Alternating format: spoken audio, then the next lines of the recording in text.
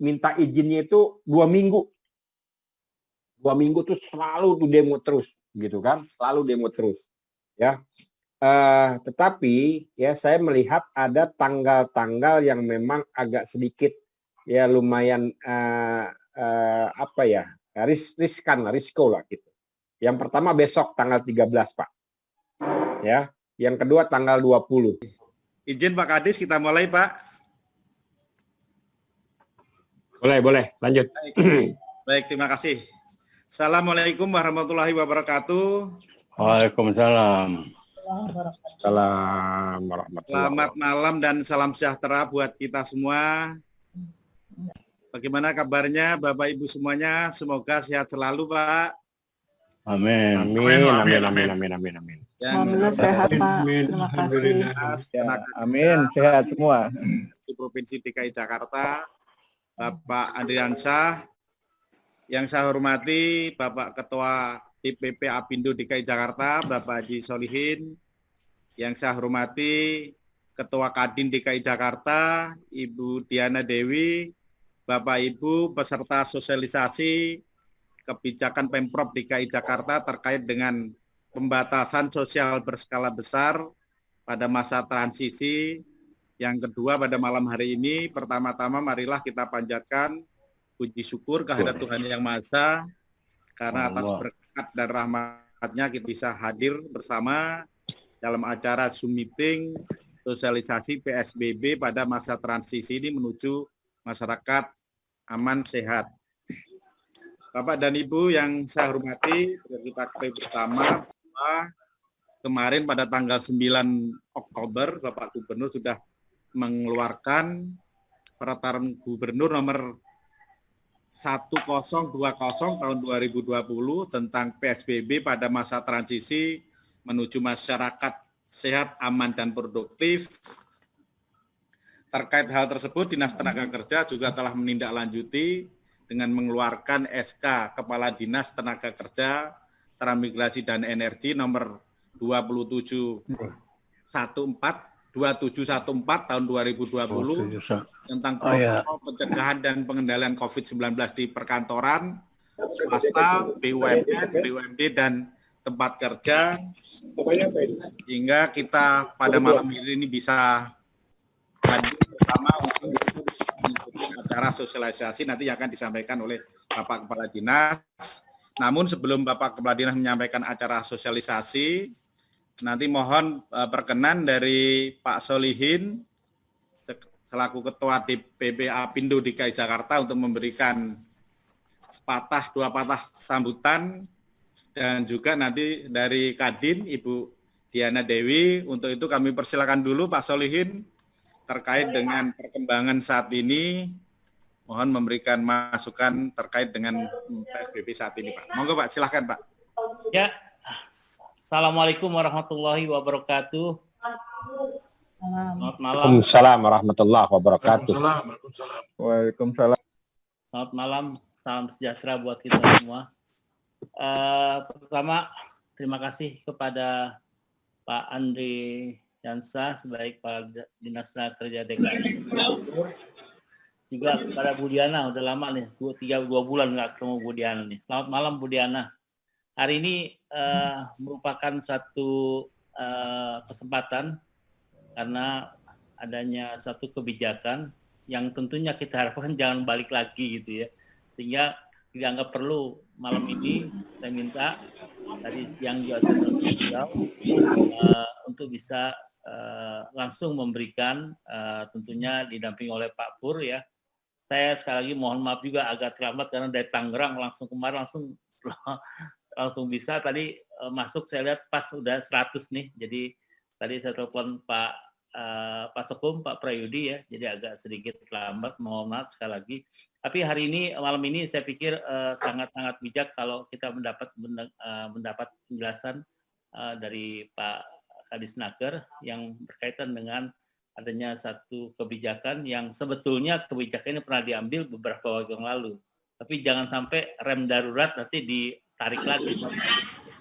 Karena saya lihat dibaca di beberapa media laporan berapa banyak kantor yang oleh karena harus tutup karena dianggap melanggar oleh satu kebijakan yang diambil oleh pemerintah DKI. Jadi saya sekali lagi terima kasih kepada Pak Kadisnaker yang telah berkesempatan untuk bisa memberikan, dan beliau sangat prihatin kalau sampai melakukan satu tindakan penutupan. Jadi untuk itu kalau malam ini beliau menyampaikan hal-hal yang sifatnya aturan, dan tentunya kita tidak mengharapkan adanya pelanggaran sehingga kondisi yang sekarang ini dianggap sudah menurun dalam penyebaran COVID ini, kedepannya juga akan semakin baik, dan insya Allah kita bebas daripada COVID ini.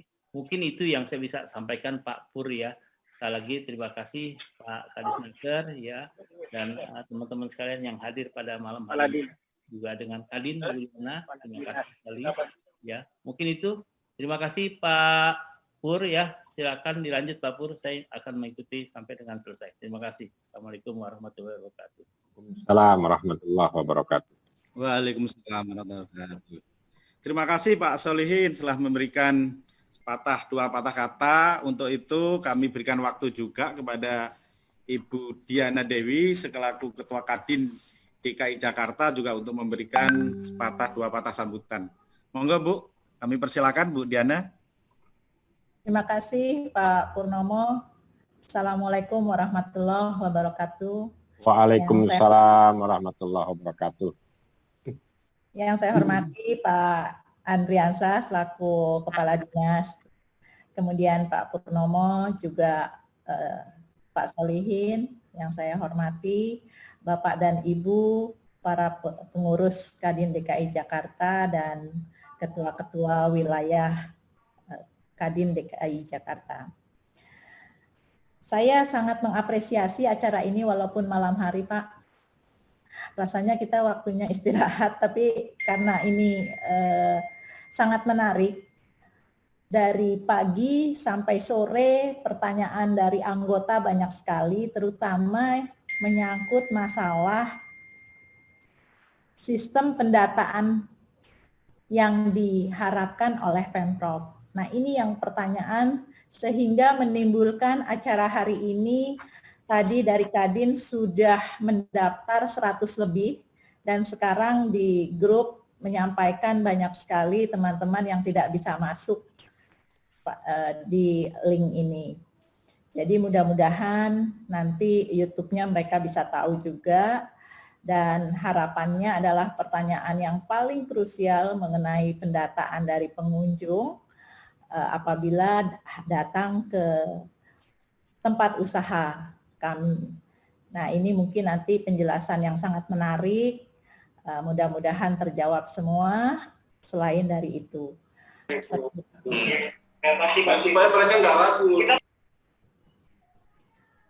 demikian Bapak dari kami, dan saya berharap kita semua sehat-sehat. Seluruh masyarakat juga disiplin. Amin. Ya, PSBB ini tidak akan menjadi PSBB total. Amin. Insya Allah. Amin.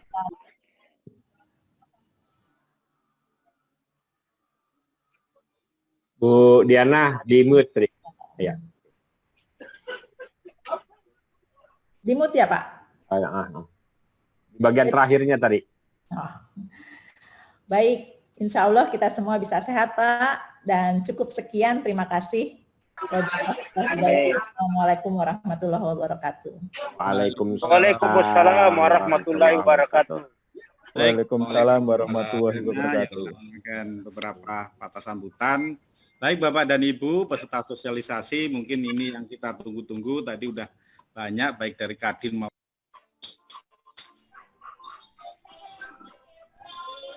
pertanyaan-pertanyaan yang sudah ingin ditanyakan. Untuk itu kami persilakan, mohon izin Pak Kadis berkenan untuk menyampaikan terkait dengan arahan kebijakan PSBB pada saat ini Pak. Monggo Pak. Baik. Assalamualaikum warahmatullahi wabarakatuh. Selamat malam dan salam sejahtera untuk kita semua. Yang saya hormati Ibu Diana Dewi, Ketua Umum Kadin DKI Jakarta beserta jajarannya, Ya mohon maaf Bu, ya nggak bisa masuk semua dalam kegiatan Zoom meeting pada malam hari ini. Yang saya hormati Ketua DPP Apindo DKI Jakarta, Bapak Solihin, beserta jajarannya, wabil khusus ya para peserta sosialisasi kebijakan pemerintah Provinsi DKI Jakarta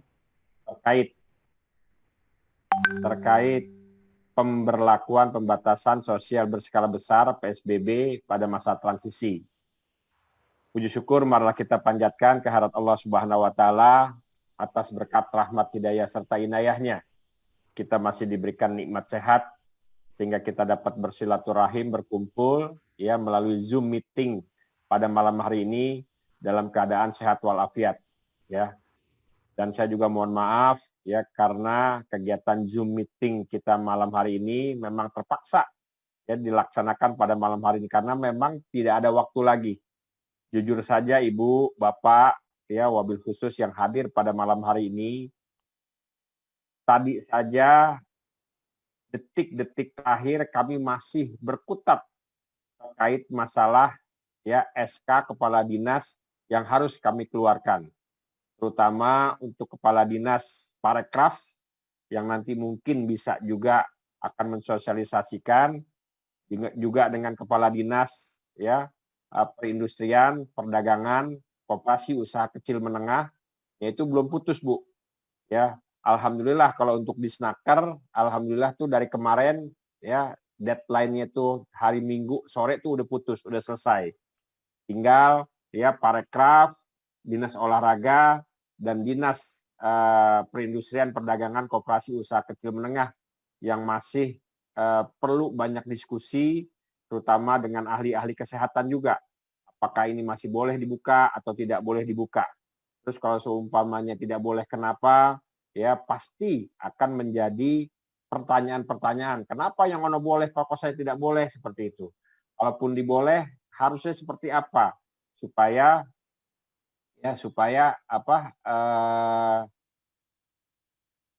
kegiatan pencegahan atau memutus mata rantai COVID-19 ini betul-betul optimal. Ya sekali lagi saya ucapkan ya terima kasih atas kehadirannya. Ini sudah mentok nih 100. Saya juga tadi ya agak surprise juga ya kira-kira Pak Pur kira-kira ada yang hadir nggak ya? Alhamdulillah malah terus tadi Bu Diana bilang Pak ini udah hampir 100 yang daftar lebih nih, nggak bisa masuk. Tapi insya Allah nanti bisa diketuk tularkan, bisa disosialisasikan, baik itu dari Kadin maupun dari Apindo. Besok juga kami maraton nih, ya maraton dari bidang perbankan dan jasa. Besok juga dari konstruksi. Kami malamnya juga akan bagian dari Dinas Perindustrian, Perdagangan, Koperasi, Usaha Kecil Menengah. Kita ini maraton semua. Tetapi Ibu, ya Bapak, yang perlu saya sampaikan, dan ini garis besar yang perlu disampaikan, ya titik berat yang harus disampaikan, amanat dari Pak Gubernur, Pak Solihin yang tadi sampaikan, itu remnya, yang narik itu Pak Gubernur cuma narik doang tuh. Cuma narik aja. Tetapi, ya, alasan ditarik atau tidak ditarik adalah dari kita semua. Ya, dari kita semua. Taat tidak, disiplin tidak. Kenapa? Karena Pemprov DKI terus terang saja pendapatan asli daerahnya banyak ya bertumpu kepada sektor perdagangan dan jasa. Jadi sangat tidak mungkin kalau ini betul-betul ada pelonggaran. Ya, tetapi kalau seumpamanya ada kebijakan yang memang harus ditarik remnya, itu betul-betul dalam keadaan darurat, Nah, alhamdulillah yang tadi disampaikan oleh Pak Pur, ya kemarin kita sudah sama-sama ya mengevaluasi. Benar bahwa DKI ya sampai dengan saat ini menduduki kasus tertinggi di Indonesia. Ya, tetapi jumlah yang sembuh juga tertinggi di Indonesia. Termasuk juga jumlah atau angka kematiannya yang terendah di Indonesia. Ini menunjukkan ya walaupun ada peningkatan kasus tetapi ini bisa kita kendalikan. Ya karena kita juga sampai dengan saat ini ya malah justru lebih meningkatkan lagi jumlah testing yang harus dilaksanakan oleh Pemprov DKI. Yang awalnya ya di angka 10.000 per hari, sekarang sudah mencapai 10.000 ya, dan yang selanjutnya sudah mencapai 15.000. Pak Gubernur yang mentargetkan untuk setiap hari bisa melakukan testing 30.000. Nah, ini artinya bahwa pasti akan lebih banyak lagi ya peningkatan kasusnya karena yang di testing itu lebih banyak. Tetapi dengan makin banyaknya jumlah yang kita testing, kita akan lebih cepat ya, sekali lagi akan lebih cepat mengantisipasi dan mengendalikan penyebarannya. Ini juga bisa dibuktikan dengan jumlah yang sembuh sudah meningkat dan angka kematian jauh lebih menurun. Nah, ini yang diharapkan oleh Pak Gubernur dan harus saya sosialisasikan kepada teman-teman ya yang ada di Kadin maupun di Apindo untuk bahu-membahu.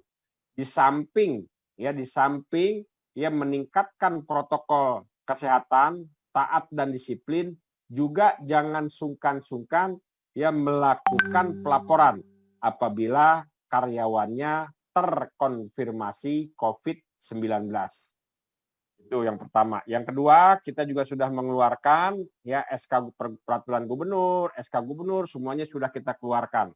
Dan kita juga sudah mengeluarkan ya surat keputusan Kepala Dinas Tenaga Kerja, Transmigrasi dan Energi Provinsi DKI Jakarta ya nomor 1714 yang nanti sama-sama akan kita diskusikan. Sebelum. Nah, ini Bapak Ibu, ini hanya gambaran saja, gambaran umum bahwa di DKI Jakarta sampai dengan saat ini ya total yang terjangkit ya sudah berada di angka 99.474 ya, dengan jumlah total yang sembuh 71 orang, ulangi, jumlah positif 87.006 ya, jumlah yang sembuh 71.549, berarti berada di 82,2%. Ya, sedangkan jumlah yang meninggal itu di angka 1.901 ya, masih berada di kisaran 2,2%. Ya, jadi masih jauh. Ya, kalau seumpamanya di tingkat nasional secara keseluruhan itu berada di kisaran 4,3 dan 4,4%. Lanjut saja, ini sudah tahu. Ya, sudah tahu. Lanjut saja, ini juga sudah tahu. Lanjut saja. Nah, lanjut saja terus. Ya. Nah, ini dasar hukumnya tadi sudah disampaikan. Lanjut saja. Ya, lanjut. Nah, ini masa berlakunya. Ya, masa berlakunya coba tadi. Nah, ini masa berlakunya PSBB transisi. Jadi mulai dari PSBB transisi, PSBB ketat, sekarang sudah balik lagi kepada PSBB masa transisi. Ya, jilid 2. Ya, apa yang diharapkan oleh kita semua, ya yang tadi didoakan juga oleh kita semua, bahwa jangan sampai lagi balik lagi kepada PSBB transisi. Mudah-mudahan kita dari PSBB masa transisi bisa menuju ya masyarakat new normal. Ya, di sini ya masa ini 14 hari, yaitu dari tanggal 12 hari ini Oktober 2020 sampai dengan 25 Oktober 2020. Nah, ini betul-betul harus dijaga nih Bapak-bapak, Ibu-ibu. Ya, mudah-mudahan ya pelatihan kita pada saat di PSBB maupun pada saat PSBB ketat itu ya bisa menjadi ya pelajaran supaya kita lebih taat lagi, disiplin lagi ya untuk melaksanakan protokol COVID. Nah, jika tidak terjadi peningkatan kasus baru, ya insya Allah akan diperpanjang lagi ya menjadi tanggal 8 November 2020. Lanjut. Nah, ini nih sebenarnya yang perlu kita sama-sama cermati. Tadi juga sudah dibahas sebenarnya antara PSBB transisi, PSBB ketat, ya balik lagi kepada PSBB transisi jilid 2 itu sebenarnya hampir sama, Bapak Ibu. Sekali lagi hampir sama. Yang bedanya yang tadi ditanyakan oleh Ibu Diana. Itu perbedaannya itu yang paling utama di situ. Nah, ini masih kita lihat ya bisa kita bandingkan ya, kalau dilihat dari kita juga tetap menerapkan batasan kapasitas jumlah orang yang berada dalam tempat kerja dalam satu waktu yang bersamaan. Nah, jadi dalam SK saya ya nomor 2714 ya di situ disebutkan bahwa membatasi jumlah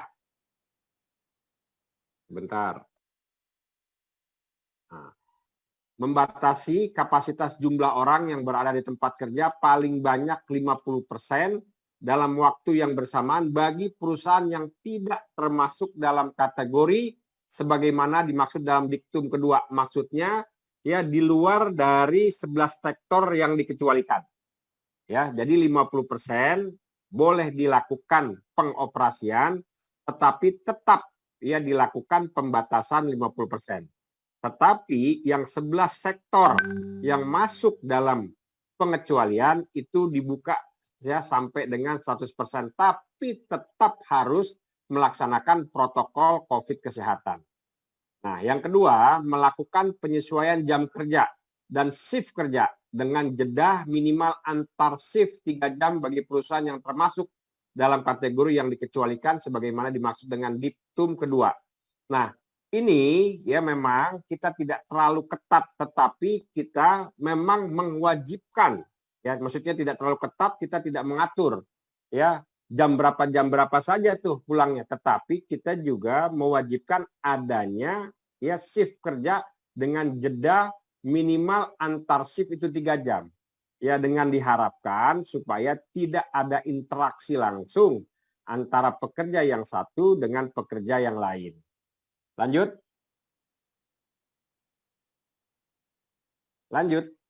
Nah, ini ya dalam Pergub nomor 1012 menghindari aktivitas kerja kegiatan yang dapat menciptakan ya kerumunan orang. Nah, ini memaksimalkan penggunaan teknologi dan atau rekayasa engineering dalam melaksanakan aktivitas kerja serta untuk mencegah kerumunan. Ini juga sudah dilakukan kok sama kita semua. Lanjut. Nah, ini juga melakukan, nah ini nih yang memang hal yang baru nih Bu Diana nih. Ya, hal yang baru ya. Ini memang pada saat kita lakukan rapat evaluasi, ini yang menjadi pemikiran, renungan, sehingga diambil keputusan bahwa kita berani mengambil ya kebijakan balik lagi kepada PSBB transisi.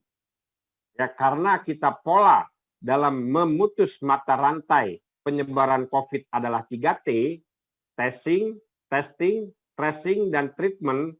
Nah, ini yang menjadi konsennya Pak Gubernur.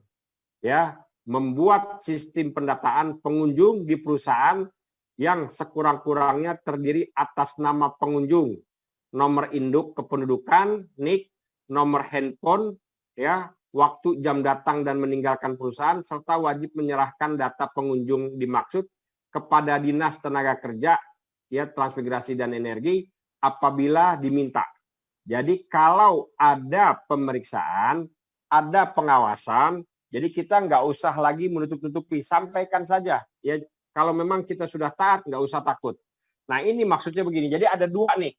Yang pertama, ya ada perusahaan atau pabrik atau tempat industri, ya berarti pendataannya ini hanya kepada pekerjanya. Ya, jadi pekerjanya, walaupun saya sudah yakin, saya yakinnya, baik itu di perkantoran, perusahaan maupun di perindustrian, itu sudah ada mungkin sistem pengabsenannya. Ya, kenapa ini harus dilakukan? Karena apabila hal ini terjadi, ada ya rekan-rekan kita yang terkonfirmasi ya positif COVID-19, ya jejaknya itu bisa ditelusuri sehingga orang-orang yang berinteraksi, ya sekali lagi orang-orang yang berinteraksi kepada orang tersebut juga kita bisa lakukan testing. Itulah yang menjadi concern kita untuk memutus mata rantai penyebaran COVID.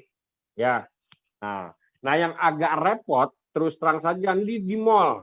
Pak, gimana tuh Pak kalau seumpamanya di mall? di perusahaan. Ya memang kita ini ya kedepannya nanti mewajibkan suatu perusahaan ataupun suatu tempat usaha yang memang ya pengunjungnya tidak saling kenal, kita akan menggunakan sistem teknologi. Tetapi karena ini sifatnya masih baru, itu bisa dilakukan ya secara manual. Ya, syukur-syukur kalau seumpamanya di mall ya atau di perkantoran yang memang, kalau di perkantoran mungkin nggak terlalu sulit. Ya biasanya kan keluar masuk tamunya, yang paling penting tamunya sebenarnya. Karena kalau seumpamanya pekerjanya atau karyawannya sudah sangat pasti bisa terdeteksi, ya sudah sangat terdeteksi identitasnya. Nah, yang paling betul-betul yang ini menjadi PR kita bersama adalah ya pengunjung atau pembeli, ya. Nah, di sini memang kalau tidak kita menggunakan secara digital, kita mengutamakan ya untuk lebih dulu ya dengan manual. Ini mau tidak mau karena kalau Pak Guru bilang ya kalau seumpamanya dia nggak bisa ya tutup aja, kan seperti itu. Nah, tetapi ini bagian daripada kebijakan yang memang harus betul-betul sekali lagi kebijakan yang betul-betul harus ditaati. Karena Pak Gubernur pengen betul nih ya bahwa restoran tersebut ya atau tempat usaha tersebut memang betul-betul bisa terdeteksi siapa yang masuk, siapa yang keluar. Memang agak susah sih ya kalau menerapkannya, terutama ya tempat-tempat yang memang sudah ada sedikit keramaiannya itu, terutama di pasar nih agak susah nih seperti ini. Tetapi nah dalam hal ini kami melakukan sosialisasi terhadap Kadin dan Apindo, kita menjadi pelopor ya, kita menjadi pelopor untuk bisa melaksanakan kebijakan yang memang harus dilaksanakan. Lanjut.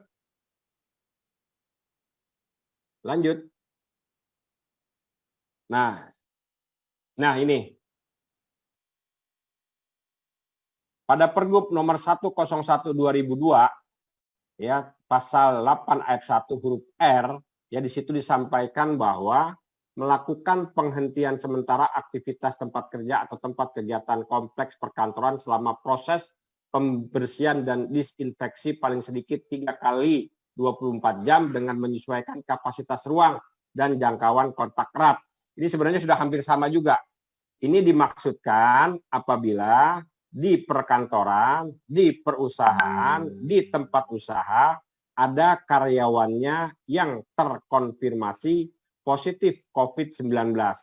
Jadi perusahaan tersebut ya harus ya menghentikan ya sekali lagi menghentikan ya kegiatannya 3 kali 24 jam, di mana 3 kali 24 jam itu ya dipergunakan untuk melakukan pembersihan dan disinfeksi ya di perusahaan tersebut atau di lingkungannya, sehingga pada hari keempat apabila dibuka kembali atau dioperasionalkan kembali ya hal ini sudah betul-betul terjamin kesehatan dan kebersihannya. Yang di sini menghentikan melakukan sementara sama nih ya. Nah, ini yang selanjutnya nih Pak. Yang selanjutnya nih ini yang kemarin kita lakukan. Ya sebenarnya dari kita sudah melakukan ya pemeriksaan terhadap 1036 perusahaan yang kita sidak, di mana 190 kita lakukan penutupan sementara.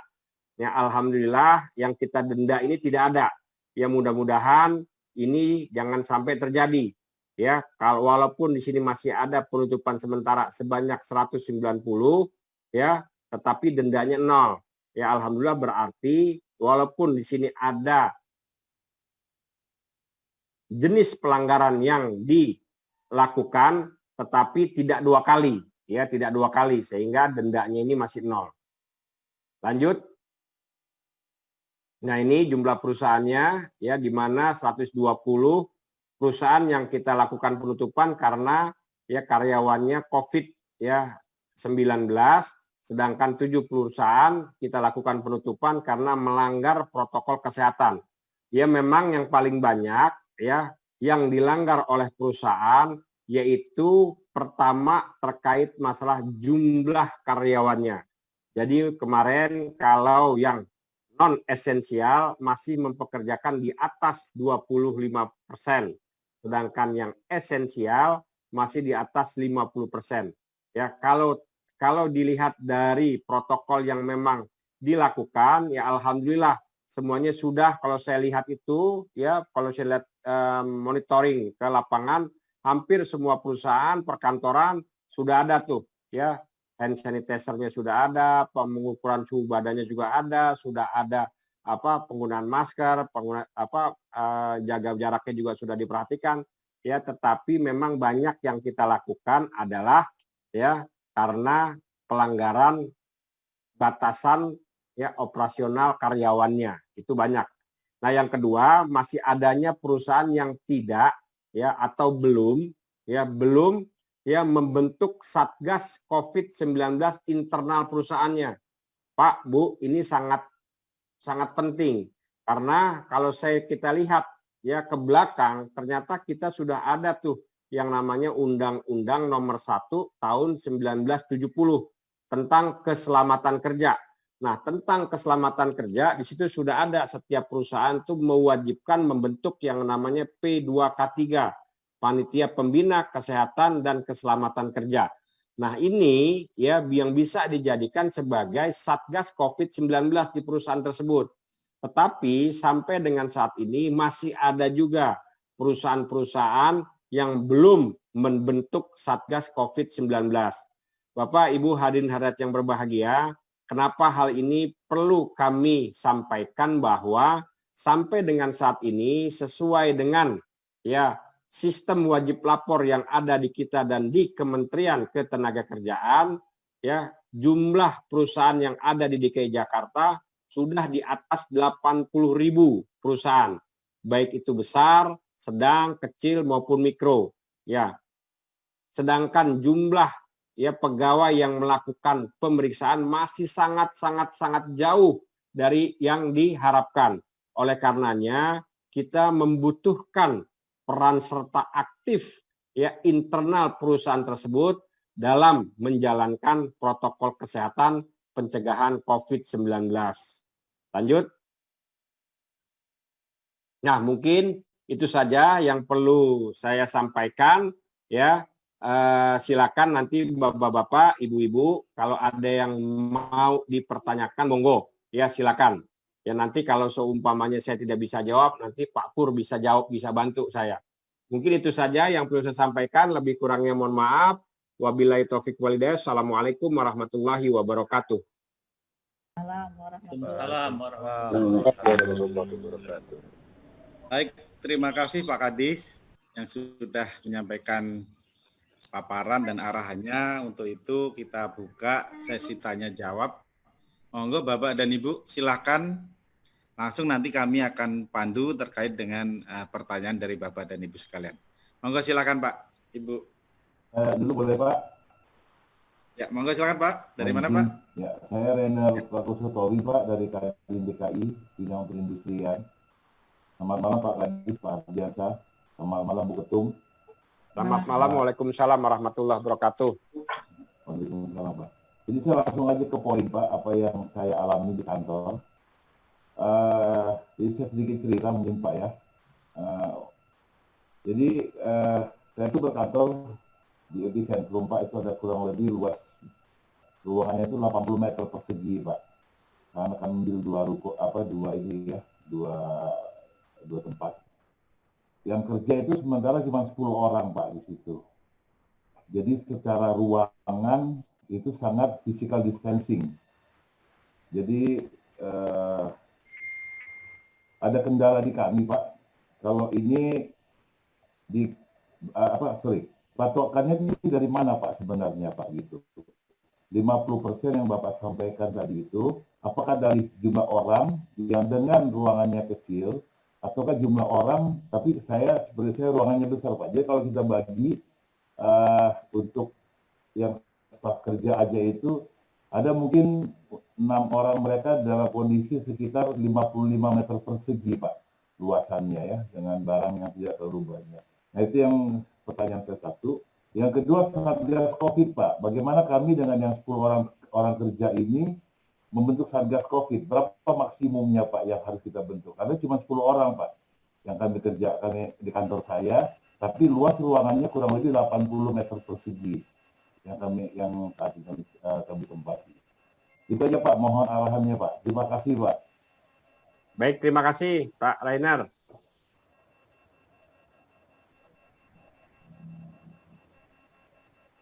Iya Pak.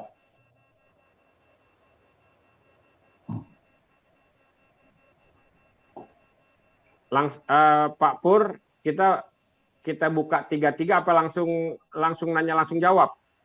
Langsung aja Pak, mohon izin Pak, biar nanti ini Pak.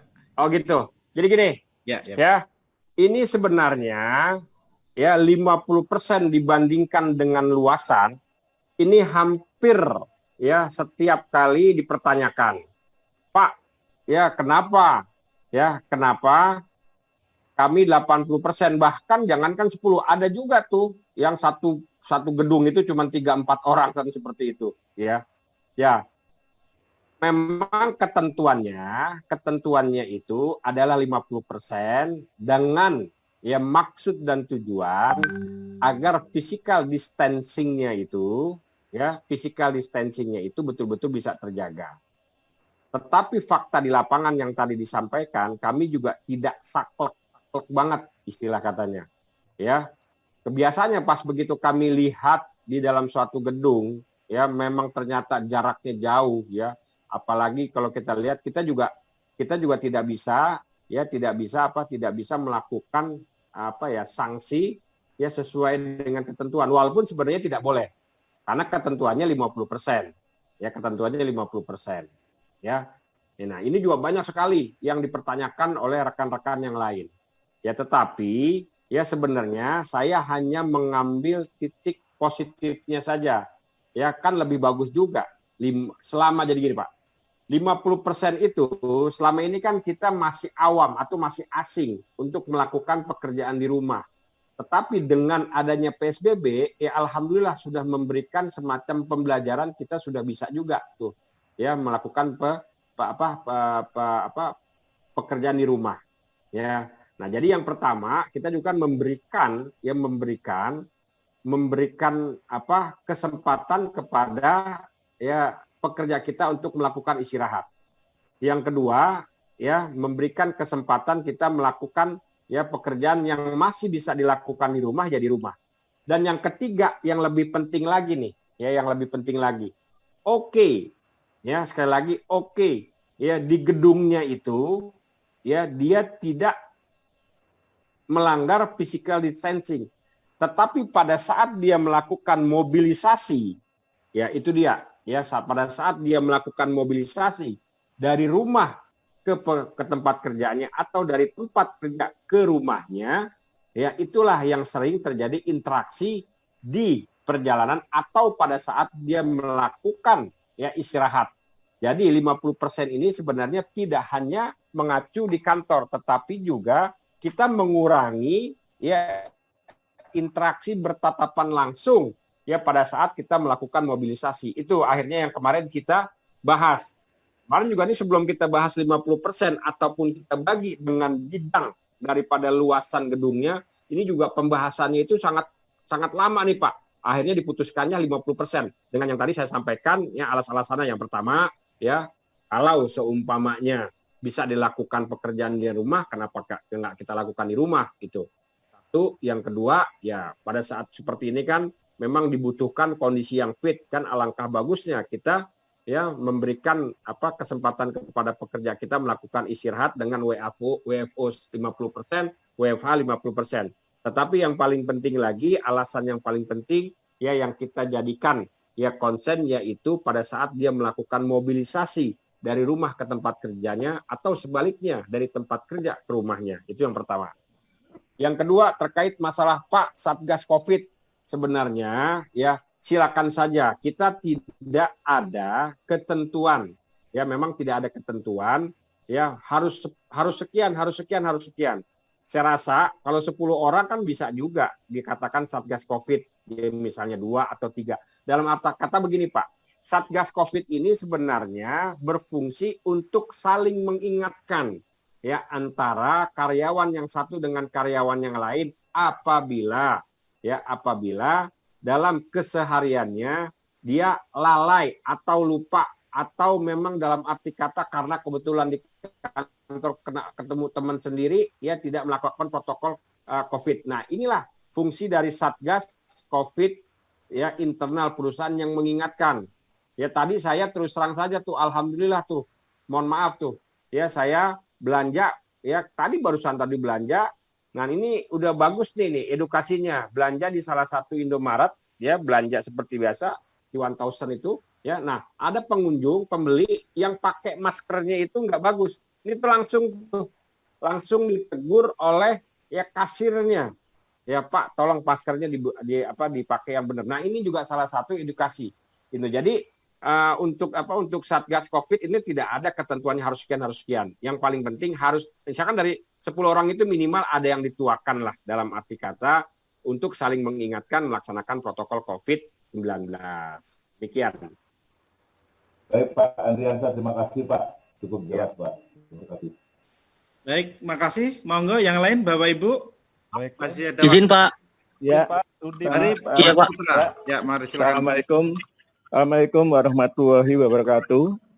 Ya, saya adalah Handoko nih, Sekretaris Puskopti DKI, Pusat Koperasi Tempe Tahu DKI Jakarta Barat, Jakarta, yang membawai kurang lebih sekitar 6.000 pengrajin di tempe tahu yang ada di DKI Jakarta, yang setiap hari bersentuhan di pasar-pasar tradisional maupun pasar-pasar yang modern. Nah,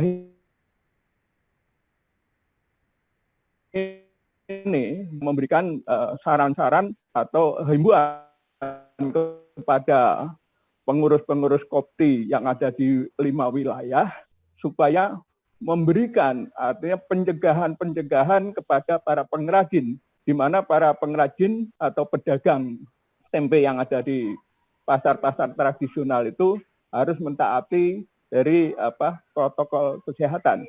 Dan juga kita khususnya yang ada di Jakarta Barat juga kita mengadakan penyemprotan desinfektan, dan juga kita hubungan dengan pihak Kadin Jakarta Barat, Pak Ian juga membantu, karena kita ada perumahan yang ada di Jakarta Barat ini seminggu sekali kita semprot supaya pencegahan itu kita awali dari bawah, dan kita juga memberikan penyuluhan atau memberikan saran-saran kepada para pedagang pengrajin tempe ini supaya maksimal menjaga kesehatan, memberikan artinya makan yang berprotein, terutama tempe sangat berprotein. Ini kita sarankan supaya sering konsumsi itu tempe yang mentah, itu menambah stamina, jadi dia artinya biarpun nanti berhadapan di pasar-pasar tradisional ini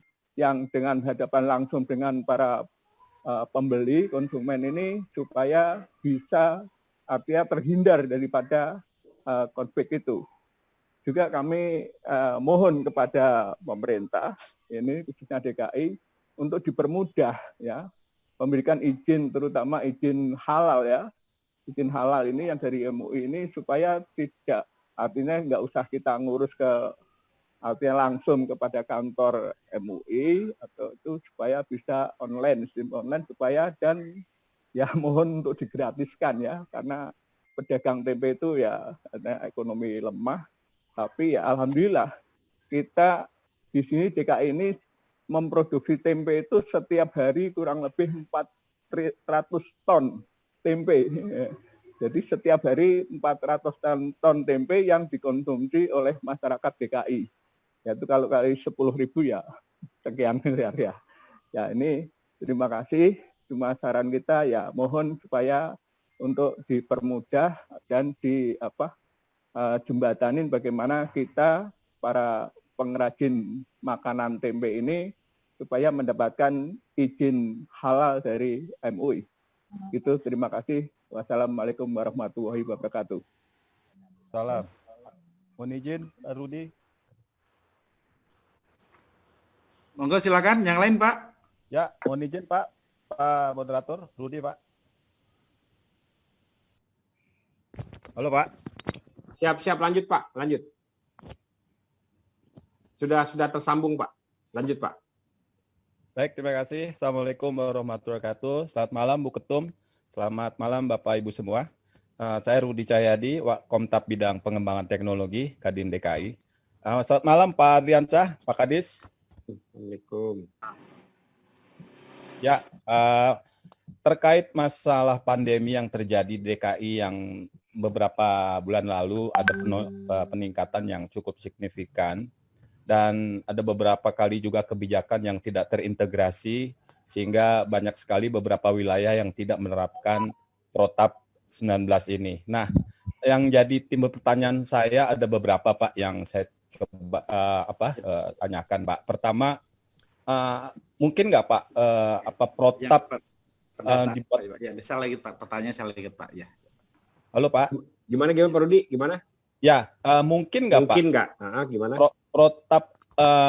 Protap ini memiliki menjadi pedoman sebagai Protap Emergency Plan. Jadi semuanya terintegrasi terkait masalah punishment Pak. Jadi dari wali kota, dari tingkat gubernur, terus wali kota, kecamatan, lurah, RT, RW. Jadi mereka itu punya satu key person-nya Pak. Jadi kita bisa mengukur key performance indikatornya. Jadi mereka nanti ada punishment. Kenapa tidak tercapai dari penerapan yang dilakukan? Terus kenapa? Alasannya bagaimana? Jadi semacam 5W1 hanya sehingga mereka bisa mengantisipasi lonjakan di masing-masing wilayahnya Pak. Jadi yang pertanyaan saya tadi, apa mungkinkah dibikinkan pedoman Protap Emergency Plan? Jadi buku itu menjadi perda seperti di Puslatkar Pak, pemadam kebakaran itu ada semacam Protap Perda nomor 2 tahun semacam Protap Perda nomor 2 tahun 92. Jadi dibikin kayak fire emergency plan. Jadi apabila gedung di atas 5 lantai itu harus memiliki FEP. Nah, apabila ada perubahan itu harus ada revisi. Nah, mungkinkah Protap emergency plan untuk pandemi ini dibuatkan secara perdanya sehingga ini bisa mengukur Pak di masing-masing wilayah setiap para pengambil keputusan ini ada punishment-nya Pak. Sementara itu aja Pak. Terima kasih Pak Kadis. Assalamualaikum warahmatullahi wabarakatuh. Waalaikumsalam warahmatullahi wabarakatuh. Gimana Pak Pur? Lanjut atau langsung jawab? Satu lagi Pak, biar 3 nanti biar kita rangkum Pak. Ya. Siap. Satu lagi Pak, monggo Bapak Ibu sekalian. Izin dengan Yan di sini. Monggo silakan Pak. Izin dengan Yan di sini. Siap. Lanjut Pak. Ya. Assalamualaikum warahmatullahi wabarakatuh. Waalaikumsalam warahmatullahi wabarakatuh. Saya Yan Wahyu, Ketua Kadin Jakarta Barat. Kita tahu bahwa pandemi ini membuat pilihan kita menjadi sulit antara kesehatan dengan meningkatkan perekonomian. Ini semua harus berjalan dengan beriringan. Kita tahu pada kuartal ketiga ini kita sudah bisa pemerintah pusat sudah menyatakan statement bahwa kita akan menghadapi suatu resesi, masuk dalam resesi. Saya hanya minta kepada Pemda DKI dalam mengambil kebijakan di mana saat ini peningkatan ekonomi yang terjadi adalah tentu tidak bisa diharapkan dari manufaktur atau infrastruktur atau pekerjaan-pekerjaan yang dimana anggarannya sekarang kebanyakan untuk pandemi. Namun peningkatan ekonomi kita sangat diharapkan dari konsumsi masyarakat. Oleh karena itu kebijakan yang dikeluarkan seyogyanya bisa juga ada toleransi agar konsumsi masyarakat tidak terlalu terganggu. Contohnya begini, pengetatan dalam menjaga supaya pandemi ini tidak semakin luas, maka seperti pasar memang harus dikontrol dengan ketat. Namun bukan berarti menakut-nakuti orang-orang di pasar untuk tidak berani berdagang. Karena bagaimanapun ketika masuk suatu resesi, peningkatan ekonomi yang selama ini terjadi seperti di tahun 98 atau 2008, kita bisa melewati resesi itu karena adanya konsumsi masyarakat yang tinggi. Sekarang konsumsi masyarakat turun. Karena itu Izin Pak Yan, tadi jadi, saya tadi saya agak disconnect tadi. Jadi pas begitu di awal-awal agak kurang menerima. Bisa diulangi? oh oke, singkat saja Pak. Mohon maaf banget tadi agak sedikit hilang. Oke, baik, singkat saja bahwa kita tahu bahwa pemerintah pusat sudah menyatakan atau membuat statement bahwa kita memasuki di kuartal 3 ini akan memasuki resesi. Menteri Keuangan sudah melakukan statement itu. Benar kan ya Pak Kadis? Ya. Nah, maksud saya adalah untuk meningkatkan perekonomian masyarakat seperti untuk bisa keluar dari krisis ini, yang sangat penting adalah bagaimana kita bisa meningkatkan konsumsi masyarakat. Karena pada saat ini, jujur, untuk DKI mungkin anggaran untuk katakanlah pembuatan taman, anggaran untuk pekerjaan-pekerjaan yang sifatnya pembangunan infrastruktur, itu saat ini tidak ada. Oleh karena itu peningkatan ekonominya tentu diharapkan dari peningkatan konsumsi masyarakat. Nah, kebijakan yang dikeluarkan oleh Pemda DKI seyogyanya saya berharap agar bisa membuat roda perekonomian khususnya konsumsi masyarakat bagaimana caranya biar tidak terlalu terganggu.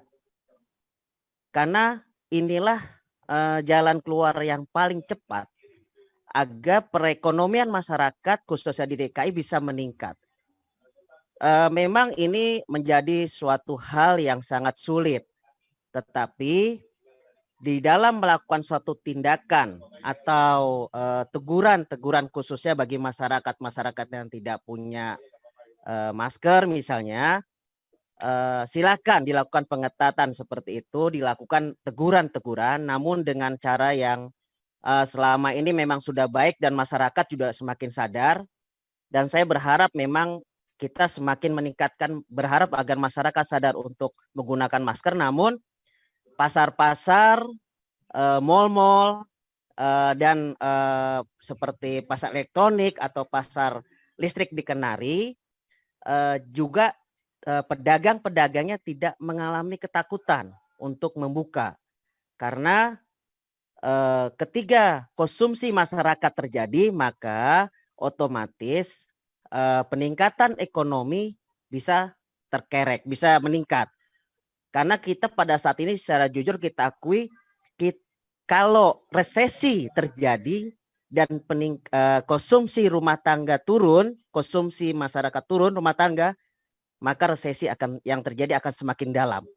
Karena infrastruktur, manufaktur pada saat ini tidak bisa diharapkan untuk melakukan untuk meningkatkan perekonomian. Jadi intinya tindakan yang dilakukan oleh Pemda DKI untuk mengatasi PSBB ini saya mendukung penuh. Namun toleransi atau jangan sampai membuat takut pengusaha-pengusaha yang membuka toko-toko atau tempat-tempat di mana banyak terjadinya jual beli yang bisa meningkatkan sektor ekonomi di tempat itu. Sekian, terima kasih. Assalamualaikum warahmatullahi wabarakatuh. Waalaikumsalam warahmatullahi wabarakatuh. Baik, ya. Terima kasih pertanyaannya. Ya mungkin kalau seumpama, jadi gini, pertanyaan-pertanyaan nanti yang akan saya saya bilang, saya nggak mengatakan jawab ya, tetapi diskusikan. Kalau seumpamanya ada masukan, kami juga siap menerima masukan-masukan atas pertanyaan-pertanyaan yang dilontarkan oleh para peserta sosialisasi. Jadi gini Pak Handoko, yang pertama terkait masalah mengurus halal MUI, ya mungkin saya nanti akan jembatani, kebetulan saya menjadi PLT Kepala Dinas PPKUKM juga nih. Nah, ini juga banyak yang disampaikan oleh rekan-rekan UKM yang ada di bawah. Nah, karena kalau di kami sekarang ya sudah jauh ya membuat yang namanya IUKM, ya izin usaha ya kecil menengah. Jadi yang tadinya ya kita nih ya, tapi kita ya sekali lagi kita ya, yang tadinya ya kita menunggu untuk menerima ya para pelaku usaha untuk mengurus izinnya, sekarang kita bekerja sama dengan BPM PTSP ya melakukan jemput bola, dan itu sangat-sangat signifikan sekali hasilnya. Ya, yang di awal kita hanya bisa merangkak ya 4.000, ya sekarang sudah berada di angka 53.000 yang sudah kita keluarkan IUMK yang kemarin sudah sama-sama kita launching. Nah, ini juga kita berharap ya di instansi-instansi lain juga kita bisa lakukan seperti itu. Ya, kalau seumpamanya itu berada di instansi kita, nanti akan kita kerjakan supaya percepatan mengeluarkan izin. Ya, kalau memang di luar daripada instansi Pemda, kita akan fasilitasi untuk ya mengkomunikasikan agar izin-izin, terutama para pelaku usaha mikro maupun kecil, ya menengah, ya bisa kita percepat sehingga ya pergerakan perekonomian bisa kita lakukan secara bersamaan. Selanjutnya dari Pak Rudi, ya. Nah, ini Pak Rudi, mungkin nggak? Sangat mungkin. Jadi Bapak Ibu sekarang, nah makanya saya ini kalau kebetulan mohon maaf ini Ibu Diana dan Pak Solihin, kalau kami itu sudah biasa nih, ya nanti pun jam 9, jam setengah 10 itu biasa kita melakukan Zoom meeting. Jadi saat ini kami sedang menyusun perda terkait masalah pengendalian COVID-19. Ya, yang tadi disampaikan oleh Pak Rudi, alhamdulillah diingatkan kembali, ya jadi kita dalam melaksanakan kegiatan pengendalian COVID tidak hanya bertumpu terhadap ya pengawasan, tetapi juga faktor kesehatannya kita pertimbangkan, faktor sosialnya kita pertimbangkan, termasuk juga tadi disampaikan oleh Pak Yan Wahyu Widodo, termasuk juga terkait faktor pemulihan ekonomi nasional. Ya, kita juga ikut di situ. Ya, ini sekarang ini kita godok nih. Ya, mudah-mudahan ya kita sudah sepakat ya DPRD dan Pemprov DKI sudah sepakat bahwa kita akan membuat perda ya supaya acuannya betul, Pak. Dan kami juga dalam melakukan suatu pengawasan mempunyai landasan hukum yang tepat gitu. Nah, jadi kita nanti di backup oleh bapak-bapak dari anggota DPRD ya yang sekarang kita sudah masuk dalam pasal per pasal. Insya Allah sudah memasuki finalisasi. Ya, kalau tidak salah kemarin karena kebetulan kebetulan kita ada 2 dinas yang memang berhubungan, jadi hampir setiap hari kami memelototi pasal demi pasal untuk terciptanya perda pengendalian COVID. Insya Allah, Pak. Ya, karena memang kita ketahui bersama bahwa masalah COVID ini masalah baru. Ya, sekali lagi ini masalah baru yang memang semuanya tidak ada prototype, ya, tidak ada pembelajarannya ya. Mau tidak mau kita melakukan belajar dari sana, belajar dari sini, belajar dari sana, belajar dari sini. Nah, akhirnya kita tuangkan dalam perda. Kenapa kita tuangkan dalam perda? Ya, mudah-mudahan, ya sekali lagi mudah-mudahan yang tadi disampaikan oleh Pak Yan tidak terjadi. Ya, mudah-mudahan kalau seumpamanya kita betul-betul disiplin nih, sehingga ya unsur kesehatan dengan unsur perekonomian bisa jalan berbarengan. Ya, kalaupun sebenarnya jauh-jauh hari saya sudah bilang, jangan sampai nanti pemerintah mengambil suatu keputusan di titik yang memang ya kita tidak bisa memilih atau kita tidak bisa memilih dua-duanya, harus satu di antara dua. Ya, jadi begitu Pak Rudi. Ya, terima kasih ya. Jadi perlu saya sampaikan lagi bahwa sekarang kita sedang lagi menyusun perda. Ya, mudah-mudahan. Jadi di Indonesia itu baru ada 1, Pak. Ya, yang ada di NTB. Kalau di Sumatera Barat itu ternyata belum. Itu di NTB. Ya. Tetapi kalau kita lihat di NTB itu baru hanya pengawasannya saja, tapi tidak terintegrasi ya terkait masalah jaminan kesejahteraannya ya masyarakat, tidak terintegrasi terkait masalah kesehatannya, tidak terintegrasi dengan ya pemulihan ekonominya. Jadi perda yang akan kita susun itu betul-betul terintegrasi dari dampak-dampak yang ditimbulkan oleh penyebaran COVID-19. Ya, mudah-mudahan ya ini bisa menjawab apa yang tadi disampaikan oleh Pak Rudi. Selanjutnya dari Pak Yan Wahyu Widodo. Ya, terima kasih Pak ya Pak Ketua Kadin Jakarta Barat. Ya. Jadi gini, saat ini ya kita sudah ancang-ancang. Jadi walaupun kita sudah mendapatkan informasi ini, jadi informasi itulah yang kita jadikan pijakan untuk mengantisipasi ke depannya seperti apa. Ya termasuk tadi masalah pemulihan perekonomian. Jadi kita sudah ada nih ya dalam penyelamatan ya perekonomian dengan melakukan penguatan UMKM yang tadi dikatakan daya beli masyarakatnya nih yang harus betul-betul ditingkatkan ya. Makanya kita di sini yang namanya ada Jackpreneur, yang namanya ada e-order. Kemarin waktu di kantornya Budiana di Kadin, saya silaturahmi ke sana, saya sudah sempat sampaikan tuh yang namanya e-order. Ya, jadi UMKM yang kita latih dan kita berikan usaha, dia sudah harus mendaftarkan ya melalui program e-order. Jadi kita makan minum kita, BUMD kita, perusahaan-perusahaan yang ada di kita, makan minumnya itu nggak boleh beli di mana-mana, tetapi dari UMKM yang ada di kita dengan melalui e-order. Jadi tinggal diklik saja, itu ada Pak, itu udah ada, Bapak bisa lihat yang namanya aplikasi e-order, ya e-order. Nah, jadi di sini kita sudah melakukan ya 5 program yang memang harus betul-betul diselaraskan untuk terkait masalah pemulihan perekonomian. Yang pertama ya akselerasi dan optimalisasi bantuan langsung tunai masyarakat. Jadi Pak, kita ini kepengennya kita sudah melakukan ya kita ke depan gitu bahwa kita kan sudah ada nih bantuan-bantuan nih bansos nih ya. Itu kita kepengennya itu dalam bentuk uang nanti Pak. Nah, uang itu dibelanjakan ya kepada UMKM yang sudah masuk dalam e-order. Nah, e-order inilah yang menjadi pemacu. Jadi kalau seumpamanya kita bisa memproduksi barang-barang kita, ya barang-barang kita mau dibeli, ya mau tidak mau dia harus ikut program e-order. Dan memang situ agak sedikit ketat memang ininya kan kita harus melakukan kurasi sehingga dia bisa dilakukan e-order. Termasuk juga yang sekarang ini kita sedang ramai yaitu penempatan kios-kios pedagang kaki lima di jalan utama.